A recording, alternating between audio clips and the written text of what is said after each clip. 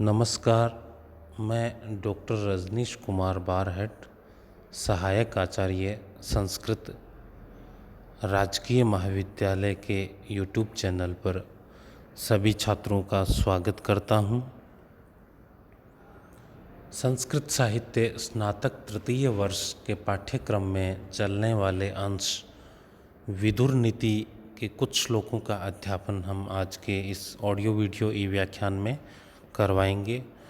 विदुर नीति महाभारत के उद्योग पर्व का संकलित अंश है, जिसमें धर्म निपुण, शास्त्र निपुण आचार्य विदुर द्वारा धृतराष्ट्र को नैतिक और मानवीय मूल्यों का एवं राजोचित गुणों का जो उपदेश दिया जाता है, उसका वर्णन विदुर नीति में है। उद्योग पर्व के 34वें और 35वें अध्याय जो विदुर नीति से संबद्ध है, वो हमारे पाठ्यक्रम में है। 34वें अध्याय के कुछ श्लोकों का अध्यापन हमने करवा लिया। उसी क्रम में हम आगे बढ़ते हैं।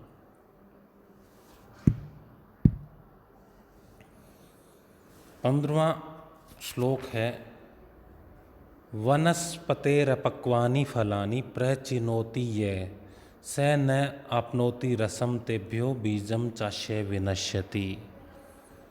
वनस्पते अपक्वानि, जो पेड़ पौधों के अपक्वानि यानी न पके हुए, फलानि फलों को, प्रचिनोति तोड़ लेता है, स न आपनोति वह नहीं प्राप्त करता है, क्या?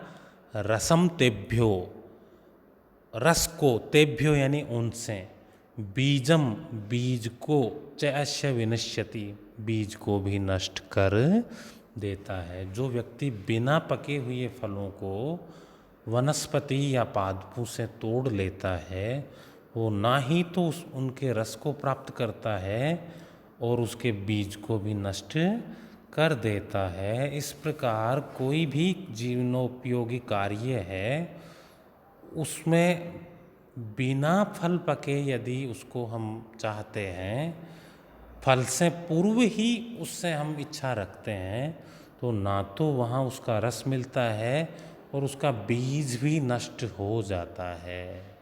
यानी जो कार्य का आरंभ किया है, बीज बोया है, जैसे पेड़ का बीज बोया, वो बीज तो कार्य आरंभ होते ही परिणित हो गया, और कार्य जिस उद्देश्य, जिस फल, जिस रस के लिए आरंभ किया, उससे पूर्व ही यदि वो समाप्त कर दिया जाता है, तोड़ दिया जाता है, तो जो साध्य है, जो फल है, जो रस है, वो भी हमें प्राप्त नहीं होता। इसलिए धैर्यशाली व्यक्ति को धैर्य का परिचय देते हुए तब तक कार्य में प्रवृत्त रहना चाहिए जब तक उसका फल या उसकी सीमा पूरी ना हो। प्रस्तुत श्लोक में अनुष्टुप छंद है एवं दृष्टांत अलंकार के माध्यम से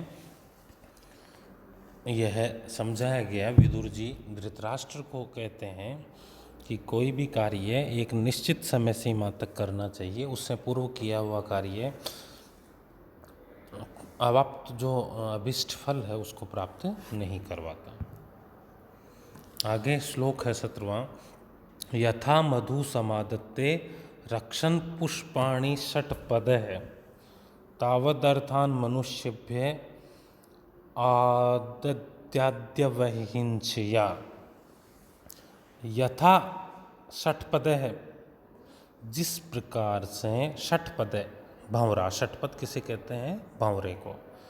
पुष्पाणि रक्षण, पुष्पों की रक्षा करता हुआ, मधु समादत्ते, उनसे रस का ग्रहण करता है, समादत्ते रस ग्रहण करता है, तावत उसी प्रकार, अविहिंसया बिना हिंसा के, राजा को चाहिए कि वो भी बिना हिंसा के मनुष्यभ्यो अर्थान आदद्यात्, अपनी प्रजा से, मनुष्यों से, अर्थान अर्थ को, अर्थात करादि को आददत्यात् ग्रहण करें। यहाँ यह उद्देश्य यह है कहने का कि राजा जो कर निर्धारण करता है वो इस प्रकार करें कि उससे उसकी प्रजा का नुकसान नहीं, अहित नहीं हो, प्रजा के सामर्थ्य के अनुरूप ही वो कर निर्धारण करें। कहीं ऐसा नहीं कि उसके कर के बोझ से प्रजा मारी जाइए। जिस प्रकार एक भंवरा है वो पुष्प से रस ग्रहण भी करता है और पुष्प का नुकसान भी नहीं करता, उसी प्रकार राजा को चाहिए कि वो अपनी प्रजाओं से बिना हिंसा के, अहिंसा के साथ है वो धनादि को ग्रहण करें। यहाँ भी अनुष्टुप छंद है और एक सुंदर उपमा के माध्यम से राजा के गुणों का वर्णन विदुर जी ने किया है। आगे 18वां श्लोक है, पुष्पम पुष्पम विचिन्वीत मूलच्छेदम न कार्येत मालाकार इवारा में न यथांगार कारक। पुष्पम पुष्पम विचिन्वीत, केवल फूल फूल चुनने चाहिए।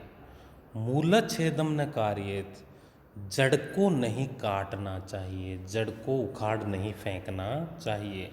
मालाकार इवारा में, मालाकार माली की भांति, इव आरामे, आराम कहते बगीचे को, उद्यान के माली की भांति केवल पुष्पों पुष्पों को चुनना चाहिए, जड़ों का छेदन या जड़ से उखाड़ नहीं फेंकना चाहिए। न यथांगार कारक, अंगार कहते हैं कोयले को, कारक यानी कोयले की खान में काम करने वाला, कोयला बनाने वाला। जिस तरह से जड़ या भूमि को खोदता है उस तरह से नहीं करना चाहिए, बल्कि एक माली की भांति, एक श्रेष्ठ राजा, एक श्रेष्ठ व्यक्ति को जिस प्रकार माली पुष्पों का चयन करता है और पादप की जड़ों को नहीं काटता है, आमूल जड़ से उसको नहीं उखाड़ फेंकता है, उसी प्रकार एक श्रेष्ठ व्यक्ति को अपने कर्मों का आचरण करना चाहिए। कोयले की खदान में काम करने वाले व्यक्ति की भांति संपूर्ण मूल को नहीं खोद या उखाड़ फेंकना चाहिए।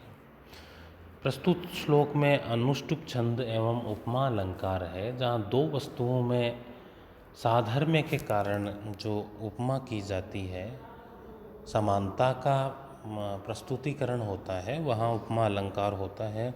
मालाकार इव आरामे न यथा अंगार कारक, इस अंश में उपमा है, इव जो वाचक शब्द है और यथावाचक शब्द है वो उपमा को द्योतित करते हैं।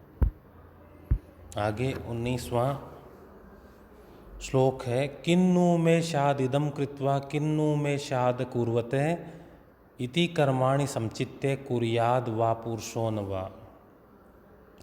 किन्नु में शाद इदम कृत्वा, इदम कृत्वा यह करके, मैं किम नु शात, मेरा क्या होगा, मुझे क्या भलाभ या बुरा होगा।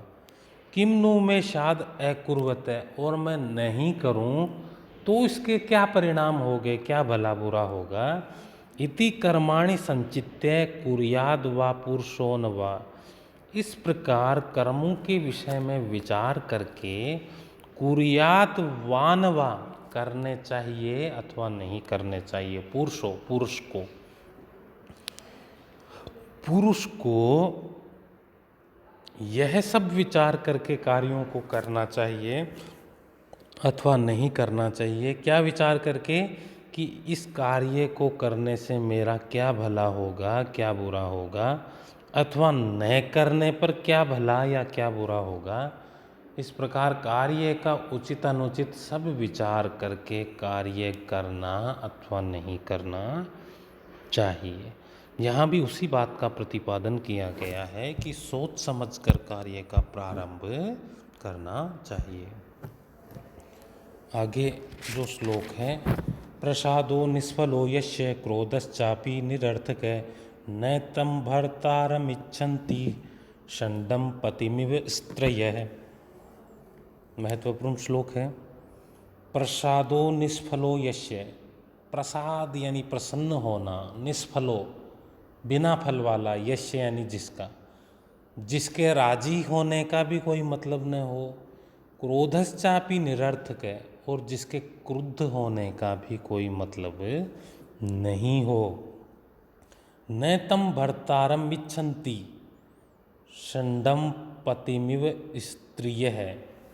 न तम उसको भर्तारम भरण पोषण करने वाला, इच्छन्ति इच्छा नहीं रखती, ऐसे का के विषय में इच्छा नहीं करती, भर्ता के रूप में इच्छा नहीं करती। षण्डम पतिमिव स्त्रियः है। षण्ड कहते हैं नपुंसक को, पतिम जैसे नपुंसक पति को स्त्रिय है, जो पत्नियां है, स्त्रियां हैं, उसकी इच्छा नहीं रखती, उसी प्रकार जो प्रजा है वो ऐसे राजा की इच्छा नहीं रखती जिसका प्रसन्न होना भी निष्फल हो और क्रुद्ध होना भी निरर्थक हो, अर्थात जिसके प्रसन्न और क्रुद्ध होने का कोई प्रयोजन ही नहीं हो, ऐसे राजा को प्रजा है वो न इच्छन्ति, भर्ता के रूप में इप्सित नहीं रखती। जिस प्रकार स्त्रियां नपुंसक पुरुष को पसंद नहीं करती, उसी प्रकार ऐसे राजा को जो प्रजा है वो पसंद नहीं करती।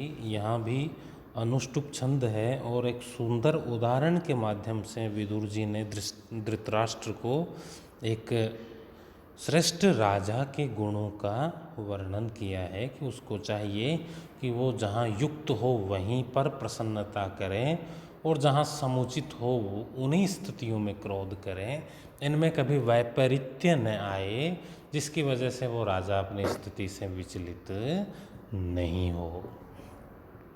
इस प्रकार विदुर जी द्वारा जो धृतराष्ट्र को उपदेश दिया गया है 34वें अध्याय में, उनके श्लोकों का अध्यापन हमने इस वीडियो में करवाया है। छात्र प्रश्न एवं व्याख्याओं की दृष्टि से इन श्लोकों को सुदृढ़ करेंगे। धन्यवाद।